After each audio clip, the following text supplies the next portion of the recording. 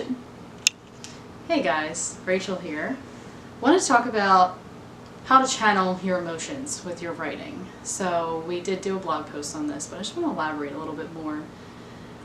So as writers, we are full of emotions. I can tell you, I've got a wide range of them. And I'm one of those people that I can sit down and read a book or watch a movie or a TV show and I can get so invested in it that I feel as though I'm literally taking the journey with them.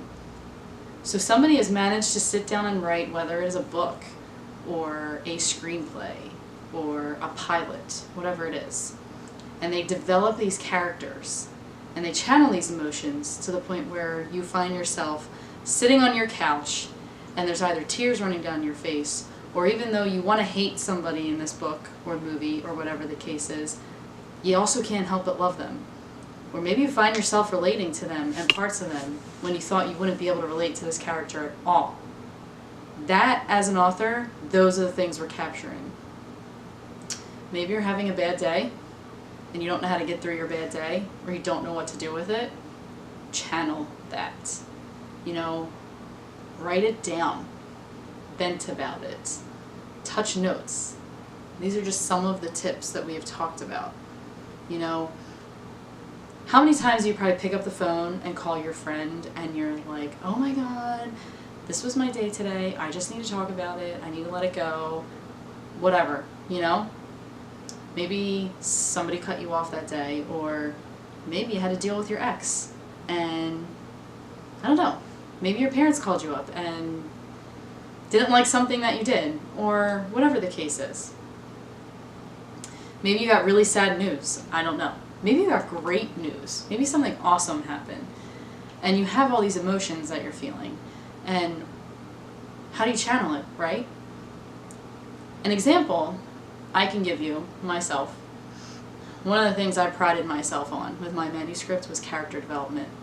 Because as an avid series lover, I love character development. I love falling in love with characters, and I sincerely just love the emotions that go behind them. I love watching them change. I love watching them grow. And in a twisted way, I love the defeat as well, because there is a beauty to the pain behind people, because that's what drives people.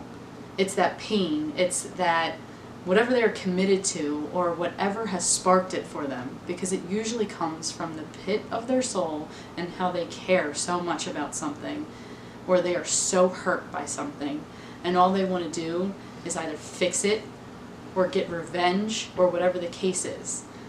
So when you go to sit down and write something and you have to create this scene, but you also have to create this character. I can give you an example. I have my own characters in my book. One of the main characters, her name is Emma. So I do use examples of myself in probably all of my characters. Emma's classic trait is she is extremely stubborn. She is very hard-headed, but she also really is as open and as loving as she is and cares for the people in her life. She closes the world out too, because it's so much easier than having her heart broken, or being disappointed, or letting herself be scared of losing somebody, because she's lost a lot already in her life, and she'll do whatever it takes to protect the people that she loves, but she also doesn't want to feel that other side to it, you know, and she feels like she has to take on everything by herself all the time. You know, I can relate to that feeling. I think that's why I gave it to her, because I am extremely stubborn myself. And I was able to channel that in her. But then another character, who is her uncle, and his name is Aiden, he has been raising her since she was 2.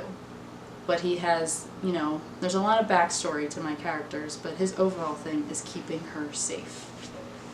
And just wanting to raise her the way he feels as though his brother would have done it. Doing a good job. And he constantly feels inadequate as a parent, but he loves this girl more than anything else on the planet.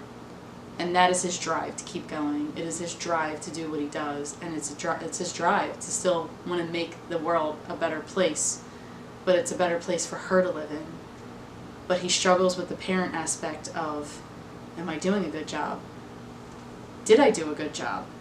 Should I have told her this? Should I have kept this? Were these the right decisions? I feel like I'm failing. Lo and behold, I created another character with the inner doubts as a mother every day. I channeled that. I don't even think I realized I channeled it when I was doing it with these two characters, let alone the other ones that I could go on about.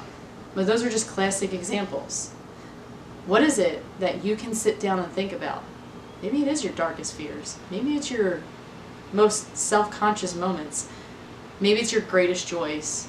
Maybe it's something that feels like a weakness, but then you actually realize that it's a strength in its own way.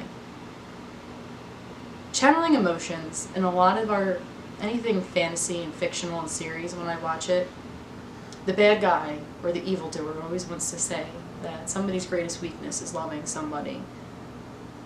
I wanted my series to channel how loving somebody, whether or not it hurts, because at the end of the day, love is painful, but it's also a really beautiful thing, because it pushes us to be better people, pushes us to be selfless, and it pushes us to want to change.